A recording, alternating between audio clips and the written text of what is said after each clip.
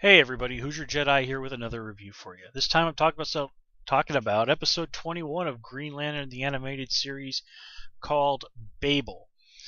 Now, ultimately, I feel that this is an alright episode, but I'll be perfectly honest with you guys, it really does seem like filler. Now, I'm going to talk a little bit more about this later on, but for the moment, let's just kind of get right into it.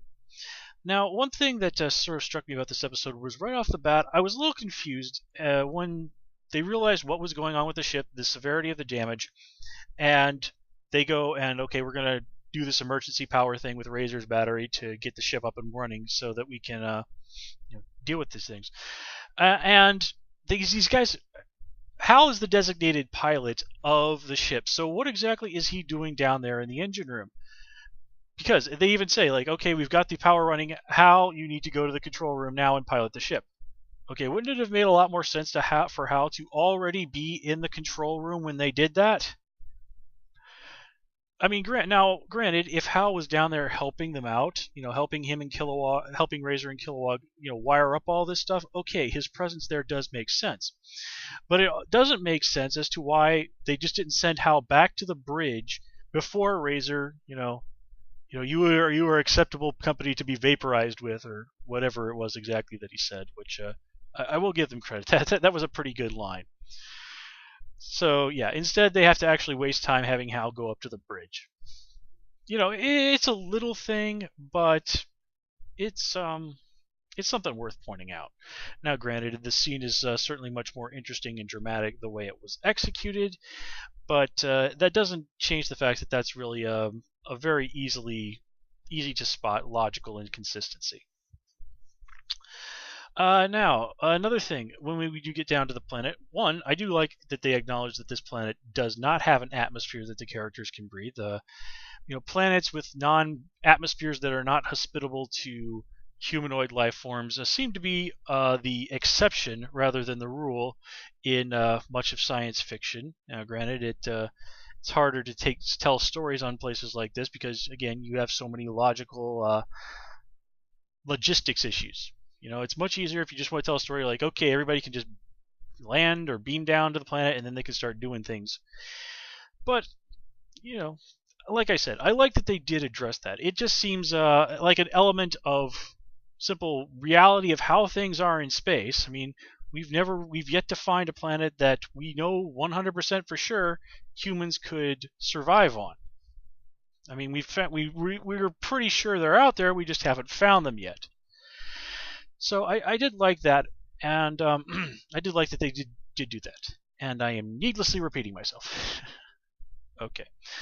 Another thing that I liked was we got to see when they were doing the running and they were singing the little Candace that it was Kilowog who brought that up. It does serve as a subtle reminder to us that Kilowog's job in the Green Lantern Corps is that of a drill sergeant, and his job is to train the young, fresh Green Lanterns. So I did like that. I really do need to stop saying I like that. Obviously, I like that. If I'm bringing it up. Another thing that I did enjoy was they sort of mentioned the way that your translation is art and art not a science. How makes that remind well, that rhymes in my language. Of course, this is a way of subtly hinting at the problem that's going to crop up later on. But it is also something worth acknowledging that you don't really see brought up too much in science fiction, that there are going to be linguistic difficulties. Now, I mean, somebody who lives in a non-English speaking country and has studied foreign languages and things like that, let me tell you folks, they're not kidding when they say that translation is an art, not a science. The worst thing you can possibly try and do when you're trying to translate something from one language to another is to treat it like it's find and replace. That just doesn't work. But that's a whole other topic. Now, when the rings start to fail, we've of course seen Razor in his quote-unquote civilian outfit before, but I have to say I actually really, really enjoyed the costume that Kilowog wore. It was honestly kind of interesting to look at. It really felt like something that I could see real people wearing. it felt like clothes that seemed reasonable. They were interesting, had a nice design. I mean, these are something that you can look and say, maybe give you an indication of the kind of culture where he comes from. I mean, maybe not to us, he's an alien from a different planet, but think of like the national costumes or traditional clothes of people from various countries around the world, and kind of the vibe they give off when you see something that's very different than what you're used to. I kind of got a similar feeling when I was looking at the clothes that Kilowog had. I guess what I'm ultimately saying here is that those felt like clothes I could see people wearing. They don't seem like some sort of ridiculous costume that he would be wearing just because he's an alien. Like, have you ever seen the Superman comics where people on Krypton wear these things that look like just kind of ridiculous things cooked up by, amazingly enough, comic book writers from the 1940s? Interesting. But okay. Anyway, let's see. Now, getting back to things, when they get into, I'm sorry, when they're running towards the convoy to try and get on there, I don't think it really speaks terribly well of Hal as a character that he is dumb enough to run outside the little bubble of breathable atmosphere and immediately starts choking to death. I mean, look, Hal's not intended to be a super genius or anything like that, but I give him credit for the common sense that God gave a rock, and the idea of him doing that just seems really dumb. Especially since, as a test pilot, a guy who spends a lot of his time up in the atmosphere where there's not a whole lot of air to breathe, how would understand not to do that? I mean, it really does not reflect well on his character, and I think the writers really dropped the ball on that one. Now, speaking of dropping the ball, what in the world was going on with the guards at the entrance to that city? I mean, how do you not notice the big ball of glowy red light attached to the back of the truck? I mean, come on, guys. I mean, these guys really must be the absolute worst guards in the entire DC universe not to have noticed that. Now, of course, once we get in the city, the translation abilities of Razor's Ring fail as well, so we're stuck with nobody being able to talk to each other. Hence the name of this episode being Babel. And I mean, it's a cute idea. It certainly does create an interesting conflict. Not something we usually see in many Star Trek stories. Star Trek stories. Gee, is it possible that I'm going to go and in just a minute start making some parallels between this episode and episodes of Star Trek? I think it just might be. Darmok! Blah blah blah when the walls fell. Blah blah blah and blah blah blah at Jalad. And no, I have not gone insane. I'm in fact making a reference to the very famous Star Trek The Next Generation episode Darmok, which actually did deal with Picard and an alien being completely unable to communicate with each other. And it really is one of the absolute best episodes of Star Trek The Next Generation. But let's kind of get back into what we're dealing with here. And the reason, besides it reminding me of Darmok to a certain degree, that I have kind of Star Trek on the brain in relation to this episode is this really feels like it could have been an episode of Star Trek. Now, if you've been watching my reviews for the show, you've heard me make reference to how you can spot the very strong influence of Star Trek on this show if you're paying attention.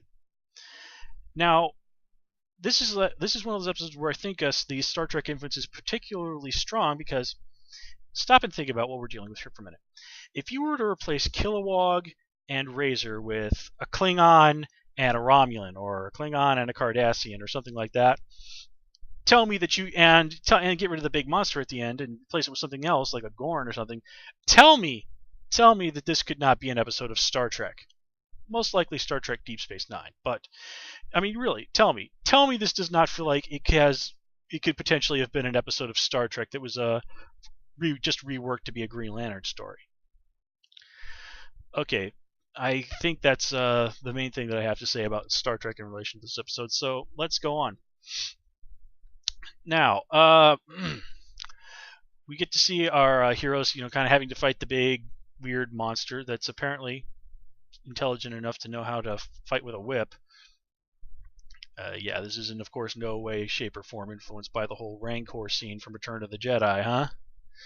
But anyway, of course, I'm not even going to really say very much about just how ridiculously convenient it is that this thing has a manhunter's head uh, strapped to its body that Cal and Kilowog can conveniently use to recharge and save the day. I do have to remark on the fact that at the very end of this all, the Razor says, "Oh, it turns out my battery isn't completely and utterly wrecked at all, after all." And then Kilowog says, "Well, isn't that convenient?" or something like, or how convenient, or something like that. What we're dealing with right there, folks, is the writers admitting that they took a cheap shortcut.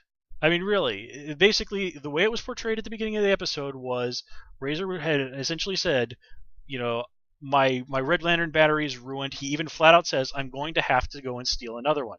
We are meant to think that Razor, from now on, until he gets another one, is going to be unable to use his battery. And then it just turns out it's just, oh no, I was wrong. My battery's fine after all. I mean, it's basically just a cop out, a cheap, them admitting, okay, we used some cheap drama okay, you get what I'm going at with this. And, well, here's the thing. I guess I like that they kind of admit this. I mean, but admitting that you used a cheap writing trick does not excuse you from the fact that you used a cheap writing trick. Now, of course, there's a certain elements of, tipping the hat to the genre and all this other stuff. But at the end of the day, this is what we are dealing with, and that is a cheap writing trick. And, at the risk of repeating myself, admitting that within the context of the story that you used a cheap writing trick does not excuse the fact that you used a cheap writing trick. You really should treat your audience with a little bit more respect than that. Now, granted, sometimes writers kind of do just have to do things to avoid painting themselves into a corner, or to admit, like, okay, yeah, I admit this little aspect of the story isn't really as strong, but let's not focus on that. Let's just keep things moving along. And I think I think a minor amount of that is occasionally forgivable. I mean, writing is a difficult task, and even the best stories are going to have their weak moments. It's just a simple fact of life. But that's something that you can really only get away with to a very, very minor degree. Now, granted, everyone's tolerance for this sort of thing is going to be kind of different, but well, at the end of the day, basically, I think they went a little too far. I really think they took the cheap way out on that, and as a viewer, I'm very unhappy about that. Now, actually, to go back to the scene in the arena very briefly, there was one thing about that fight that I did get a kick out of, and that was the way that they specifically had Hal go after the thing's eyes. It reminds me of when I was watching Shark Week one time on the Discovery Channel, and they had some guy going on there saying, like, if you are attacked by a shark, try and hit it in the eye. That's one of the few things that'll drive a shark off. And that is actually probably about as reasonable advice as you can possibly get for dealing with being attacked by a shark. The eyes do remain a weak point on just about any critter on the planet. So Hal doing that, actually quite smart. I also want to give a little bit of a nod to a mention of the scene where Razor takes all those weapons and stuff out of his clothes and tries to use those to bargain with the alien. To go back to Star Trek for a moment, I actually think it was even mentioned at one point in an episode that Worf keeps something like 14 weapons hidden on him at all times, or something like that. Was that Star Trek, or am I thinking of something else? Well, anyways, that's a joke. That's a joke that's been done before, but I think it was done quite well here. So I will give the the writer's credit for that, and the what Kilowog had in his pockets, and Hal kind of making a joke about getting a new cell phone. Okay, those were good moments. But at the end of the day, though, my main problem with this episode is that it's simply padding. Now, I just want you to stop and think for a minute. Okay, let's say that this episode, for the most part, just didn't happen. Let's say the ship is severely damaged, just gets knocked a good ways away from the battle, and it's not damaged enough, it is sufficient damage to the point where they can't go anywhere for the 10 or 12 hours or so that this episode would have taken place over. If that had happened when it was over, do you really think that anything would be different than how it was when this episode ended? I really can't say that I do. Now, granted, we get to see, of course, some more bonding between Hal, Razor, and Kilowog, but at this point, we've pretty firmly established that these guys are a team. So, this episode doesn't really serve too much of a purpose. It just feels like padding at the end of the day. So, with that said, I'm going to wrap it up here, folks. As always, please comment, rate, and subscribe, and of course, you can follow me on Twitter at Hoosier Jedi. Until next time, take care and have a good one.